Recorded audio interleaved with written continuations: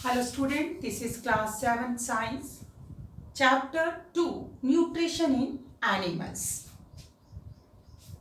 The sum total of all the process starting from taking the food up to its utilization is called nutrition. Nutrition क्या है? वहाँ से शुरू होता है न्यूट्रिशन का प्रोसेस, जहाँ से हम फूड को खाते हैं, शुरू करते हैं लेना, और उसके बाद वो क्या होता है, लास्ट स्टेज जो है वो है यूटिलाइजेशन की फूड का क्या और हमारी बॉडी में यूटिलाइज होना, ये प्रोसेस कहलाता है nutrition. Animals are not able to prepare their food themselves. They feed on other living organism.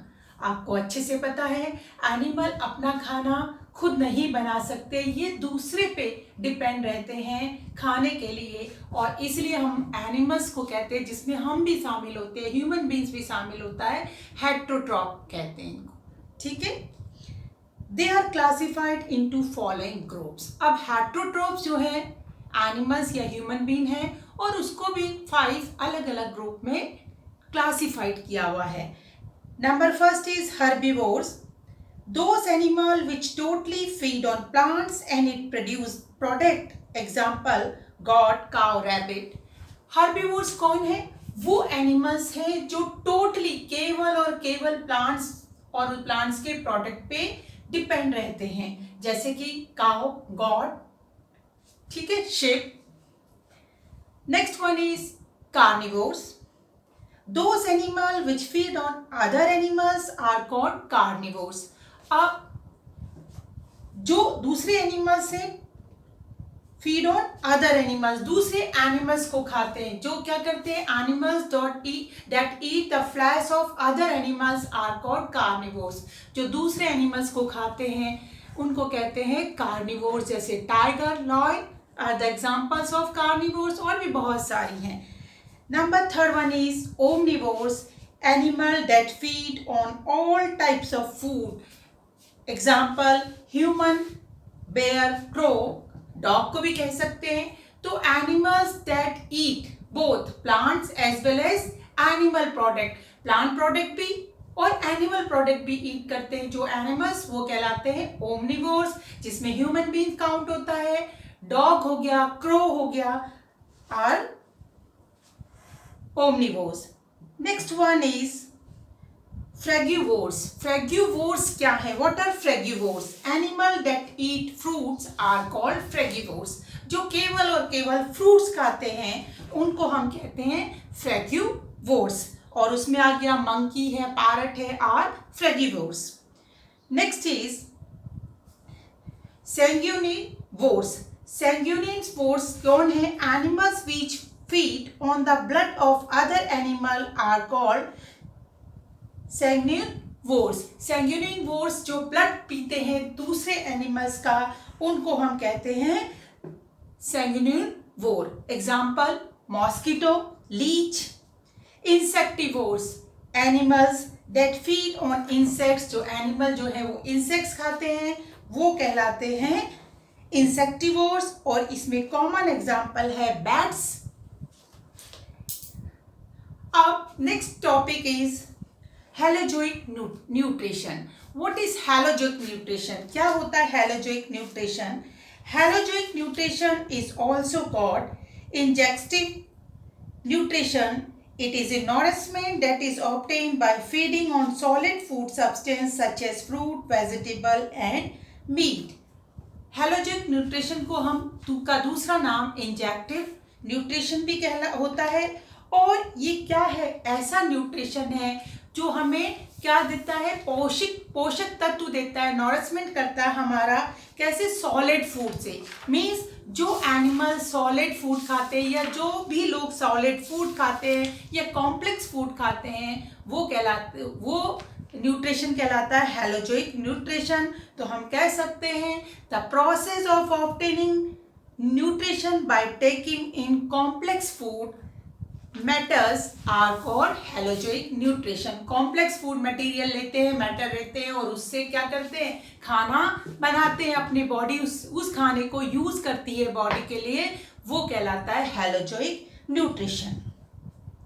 हेलोजोइक nutrition जो हमने ऊपर पढ़ा डिवाइड हो रखा है 3 पार्ट में। हमने जो ग्रुप पढ़े थे 3 पार्ट में डिवाइड कर दिया। हार्बीवोर्स, कार्निवोर्स एंड ओमनिवोर्स तीनों ही क्या करते हैं, सॉलिड फूड को लेते हैं, ऑब्टेन करते हैं और उससे अपनी बॉडी को नॉरिशमेंट देते हैं। वो कॉम्प्लेक्स रूप में होता है और उसको सिंपल फॉर्म में उनकी बॉडी चेंज करती है।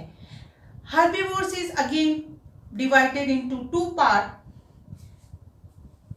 फ्रेगिवोर्स, हर्बीवोर्स को फ्रेगिवोर्स मतलब प्लांट प्रोडक्ट खाते हैं, जो फ्रूट खाते हैं, हमने पढ़ा था, फ्रेगिवोर्स हो गया।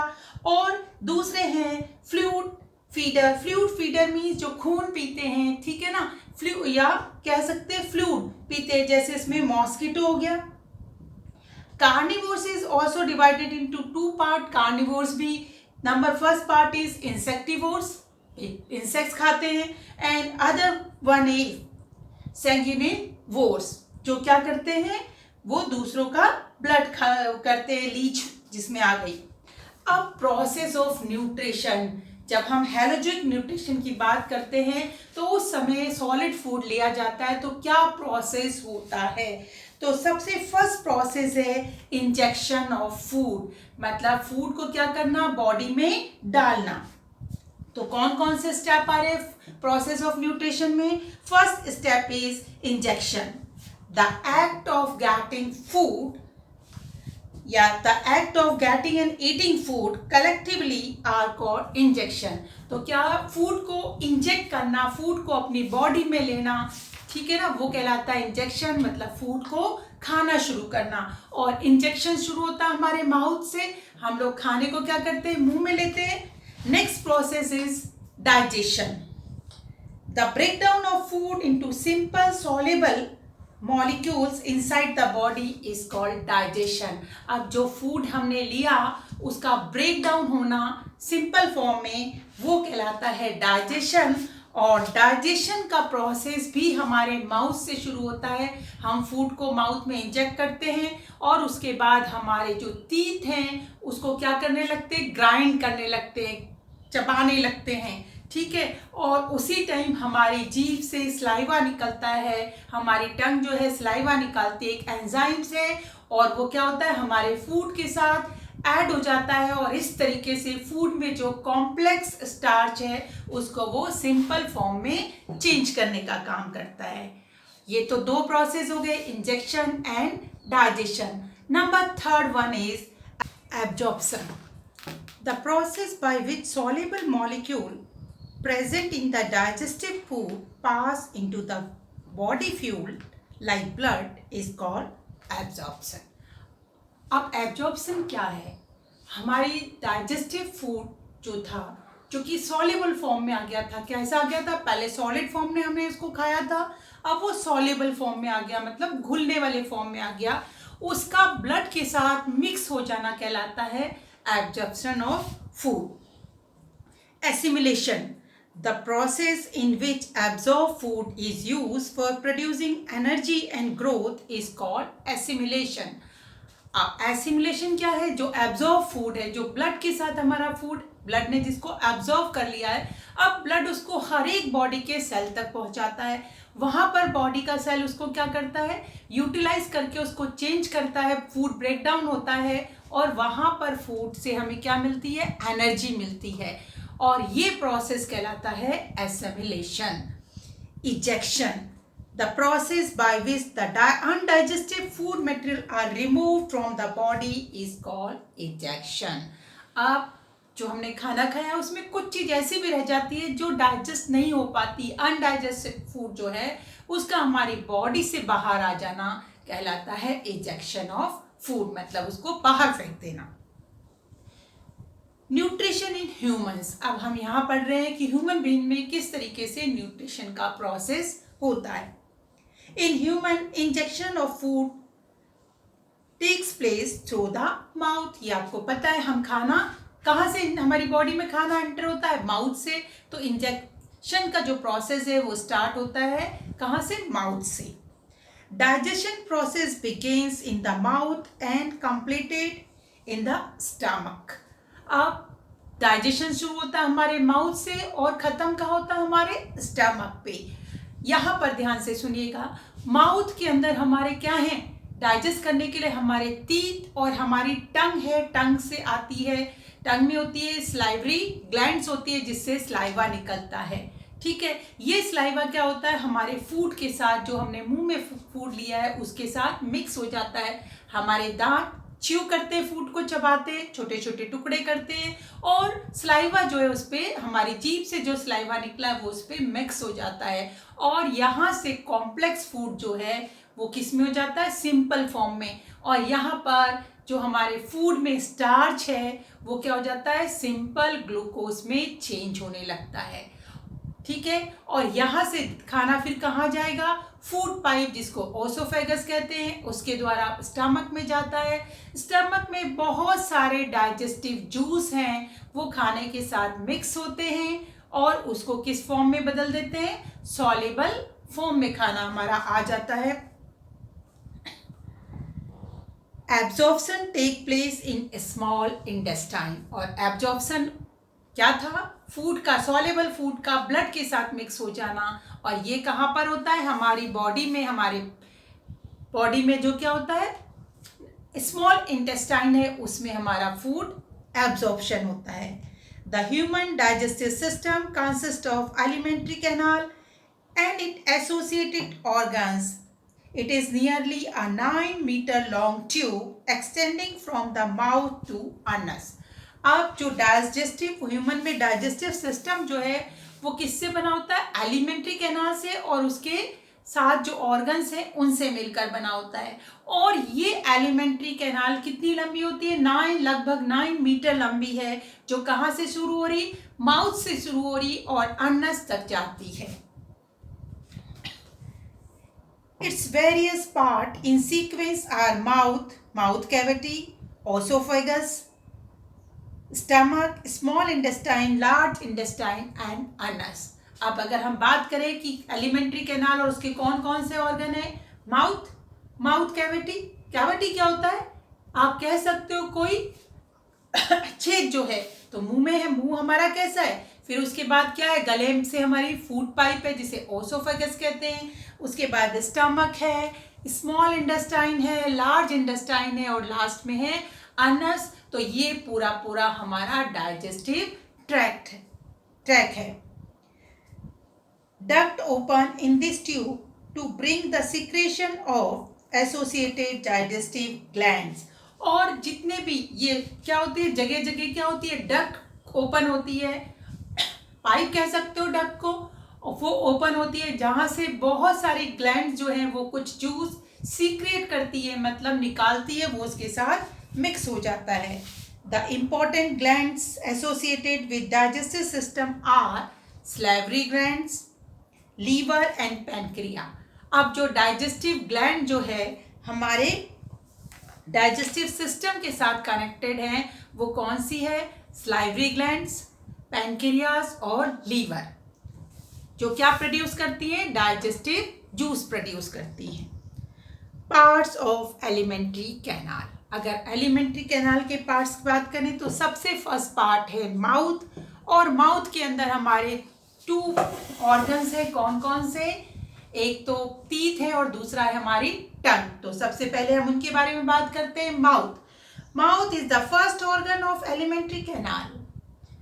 We inject food with the help of mouth, digestion, and the second step of nutrition begins in the mouth only.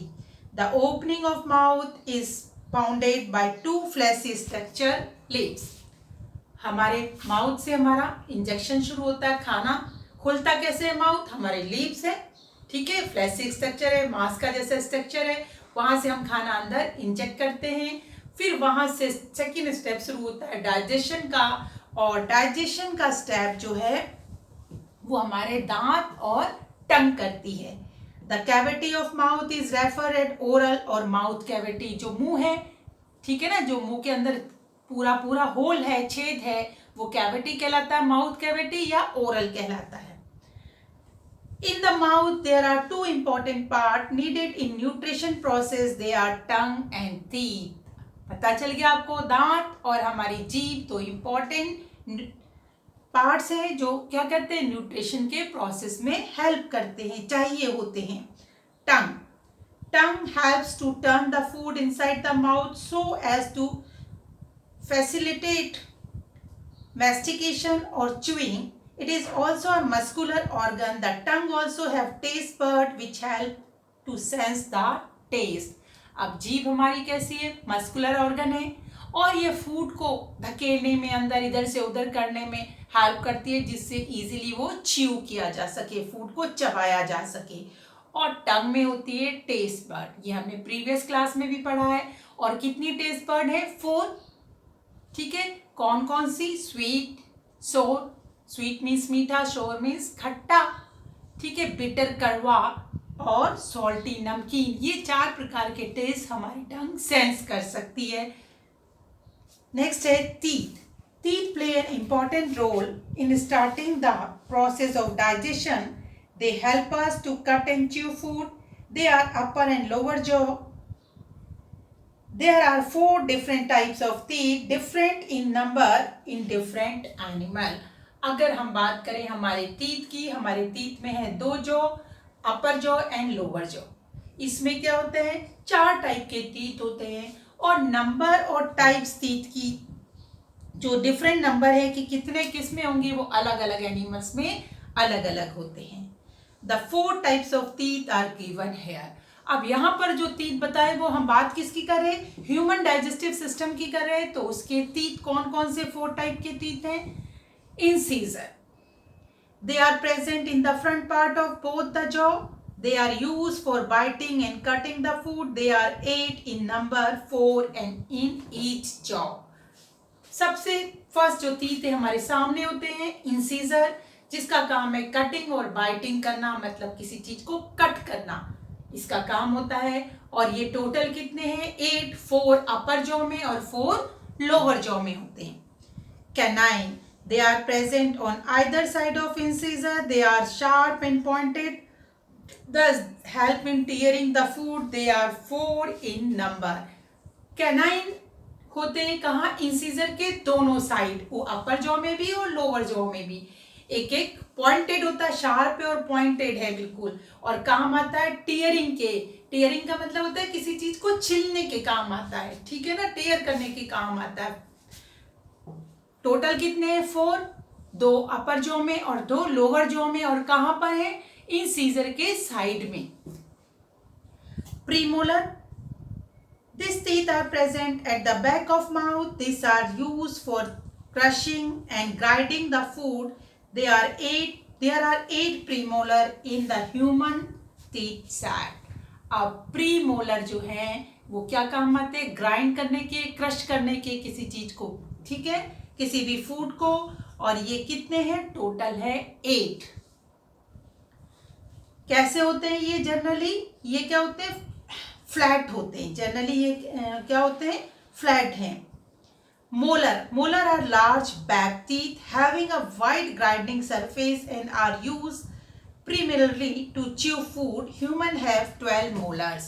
और उसके बाद होते हैं हमारे पास 12 molar teeth, ठीक है, 6 ऊपर और 6 नीचे, 3 का सेट हो गया, ठीक है। और ये भी क्या होते हैं, थोड़े फ्लैट होते हैं और ग्राइंड च्यू करने के काम आते हैं, ग्राइंड करने के काम आते हैं, जिससे कि क्या हो, अच्छे से जो भी चीज हम खा रहे हैं उसको हम छोटे छोटे टुकड़े कर सकें। The teeth appear 2 times in the lifetime of human. They are, अब 2 बार हमारे दांत आते हैं, ठीक है। जो first one is milk teeth और temporary teeth. Children in the age group of 6 months to 8 years have milk teeth. These are 20 in number, 10 in upper jaw and 10 in lower jaw. These are the temporary teeth and gradually replaced by the new set of teeth.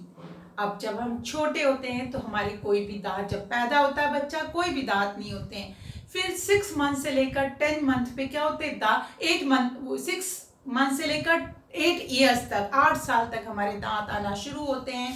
और total जो दांत आते हैं वो है 20। कितने आते हैं, 20 teeth हमारे आते हैं। At birth, infant has no teeth. After approximately 6 months, the teeth first appear. These are called incisor. और सबसे पहले सामने वाला टीथ आता है जो कौन सा है, इंसीजर है। And gradually a child develop 10 milk teeth in each jaw, और धीरे धीरे 10 दांत आ जाते हैं हर एक जॉ में, मतलब 10 ऊपर वाले जॉ में और 10 नीचे वाले जॉ में। दीज आर इंसीजर कितने हैं, 4, कैनाइन 2 है, प्री मोलर 4 है, मतलब मोलर नहीं आते जब हमारे टीथ में, कौन से है, 4 प्री मोलर है, एक जॉ की बात कर रहे हैं, 2 canine and 4 incisor. There are 20 milk teeth in temporary set, और कितने टोटल टीथ हो गए, 20 permanent teeth. This grow after the shedding of milk teeth. In the adult person, there are 32 in number. These teeth also shed, but in the old age or due to some tooth disease.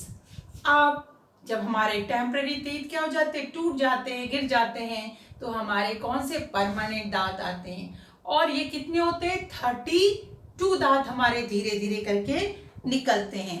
और अगर ये भी टूट जाते हैं या तो बूढ़े होने पर, या फिर हमें कोई टूथ डिजीज जो है, कोई बीमारी हो जाती है दांतों की, तो उससे भी ये टूट जाते हैं, लेकिन ये दोबारे नहीं आते हैं। They cannot be replaced by new natural teeth.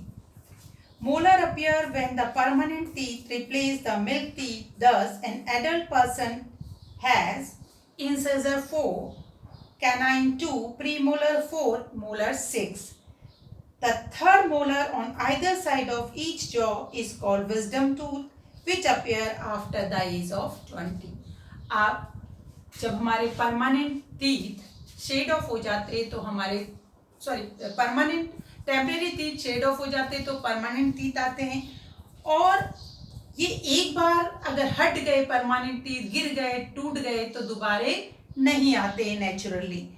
और मोलर टीथ, ये हमारे टीथ कितने हैं, अगर एक जॉ की बात करें, इंसीजर 4 है, टेम्परेरी भी हमारे 4 थे, कैनाइन 2 है, टेम्परेरी भी हमारे 2 ही थे, प्री मोलर 4 है, पहले टेम्परेरी भी 4 थे। अब हमारे जो एक्स्ट्रा है, ये तो क्या है, जो शेड ऑफ हो गए, गिर गए, उनकी जगह है। अब हमारे मोलर जो हैं वो 6 होते हैं ईच जॉ में, 6 आते हैं हमारे, मतलब टोटल 12 हो गए। इस तरीके से हमारे 32 टीथ हो गए। जो मोलर के लास्ट वाले टीथ हैं 6 हैं, ठीक है ना, 6 अपर जॉ में, 6 लोअर जॉ में, और 3 ईच साइड। तो लास्ट की जो मोलर हैं वो क्या होते हैं, वो कहलाते हैं विजडम टीथ, और वो लगभग 20 साल के आसपास की आयु में, एज में हमारे आते हैं। Characteristic of teeth in different types of animal. अब हमने पढ़ा था एनिमल्स की ईटिंग हैबिट की वजह से एनिमल्स को हमने 3 पार्ट्स में डिवाइड किया हुआ था जनरली, ठीक है। वो कौन से थे, हार्बीवोर्स, कार्निवोर्स, ओमनिवोर्स। तो इसलिए उनके टीथ भी क्या होंगे कि अलग अलग कैरेक्टरिस्टिक होगी, तो वो हम देखते हैं। Number first, herbivores. Herbivores have incisor only in their lower jaw and flat sharp edge molar and premolar. Plant eater have large sharp incisor, flat molar and premolar. अगर हम हर्बीवोर्स की बात करें तो उनके लोअर जॉ में जो होते हैं वो क्या होते हैं, इंसीजर्स होते हैं, क्योंकि ठीक है, और वो कैसे हैं, शार्प होते हैं, जिनकी एज बहुत शार्प है, किनारे बहुत तीखे होते हैं। और उनके जो होते हैं मोलर और प्रीमोलर कैसे होते हैं, फ्लैट होते हैं। आपने देखा भी होगा ग्रास ईटिंग एनिमल सामने से ग्रास को कट करते हैं इंसीजर से, और फिर उसको च्यू करते रहते हैं, ठीक है ना। तो उनके मोलर और प्रीमोलर क्या होते हैं, फ्लैट है। Carnivores. Carnivores have highly developed canine to tear flesh easily, small but sharp incisor to hold, and molar, premolar for slicing through flesh and bones. अगर हम बात करें कार्निवोर्स की, तो उनके कैनाइन जो है बहुत ज़्यादा शार्प और स्ट्रॉन्ग होते हैं। इंसीजर जो है छोटे छोटे होते हैं, लेकिन क्या होते हैं, शार्प हैं। और प्रीमोलर और मोलर फ्लैट होते हैं, जिससे वो इजीली जो उन्होंने फ्लैश या बोन्स का स्लाइस लिया है उसको इजीली वो ग्राइंड कर सके या क्रश कर सके। ओमनिवोर्स। अब ओमनिवोर्स क्या था, जो ग्रास ईटिंग ईटर भी थे और एनिमल्स प्रोडक्ट ईटर भी थे। तो omnivores have all the 4 types of teeth, they fit together to form a neat bite at the front. Human teeth are heterodont, milk teeth and permanent teeth and thecodont kept in socket. अब हम बात करें human being की, तो वो भी omnivores है, तो उसके सारे के सारे टीथ जो हैं, चारों टाइप के टीथ डेवलप होते हैं फुल्ली, और उसको हम कह सकते हैं हेक्टोडोंट टीथ हैं ह्यूमन के, मींस उसके मिल्क टीथ मतलब 2 बार आते हैं तिल्क, मिल्क टीथ और परमानेंट टीथ होते हैं, इसलिए हम उसको कहते हैं हेक्टोडोंट। और कुछ कॉर्डेंट भी होते हैं जो केवल एक ही टाइम में आते हैं। अब टीथ हमारे लिए बहुत इंपॉर्टेंट है, तो हमारे लिए बहुत जरूरी है उसकी डेंटल केयर, उसकी देखभाल। The care of teeth is the main aspect in oral hygiene. ठीक है, हमारे मुंह को, जिसको हमने ओरल भी बोला था और माउथ कैविटी भी बोला था, तो उसको साफ रखने के लिए टीथ हम का बहुत इंपॉर्टेंट रोल है। Bacteria are present all around us, even in our mouth and inside our body. जैसा कि आप सब जानते हो, हमारे चारों तरफ, हमारे माउथ में, हमारी बॉडी में बैक्टीरिया प्रेजेंट हैं। When we eat sweet or chocolate and do not brush teeth regularly, the food particles, saliva and bacteria deposit in our teeth, forming a yellowish film known as plaque. Plaque is either present on our teeth or in between them.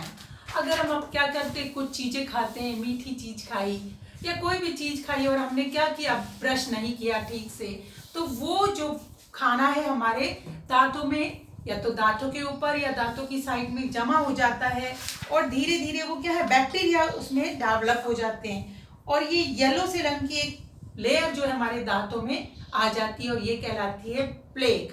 अब कभी कभी तो दांतों के ऊपर आ जाती है या दांतों के गैप के बीच में हमारे क्या हो जाते हैं, बैक्टीरिया आ जाते हैं, हमारे दांतों को हार्म पहुंचाते हैं, और ये डिजीज जो है वो कहलाती है plaque. Plaque that is not washed away by brushing produce acid while it continue to feed on food particles in the mouth. The acid dissolve the minerals that are responsible for hardness our teeth. Tiny holes appear on the surface of enamels which slowly get bigger until one large hole appear called cavity.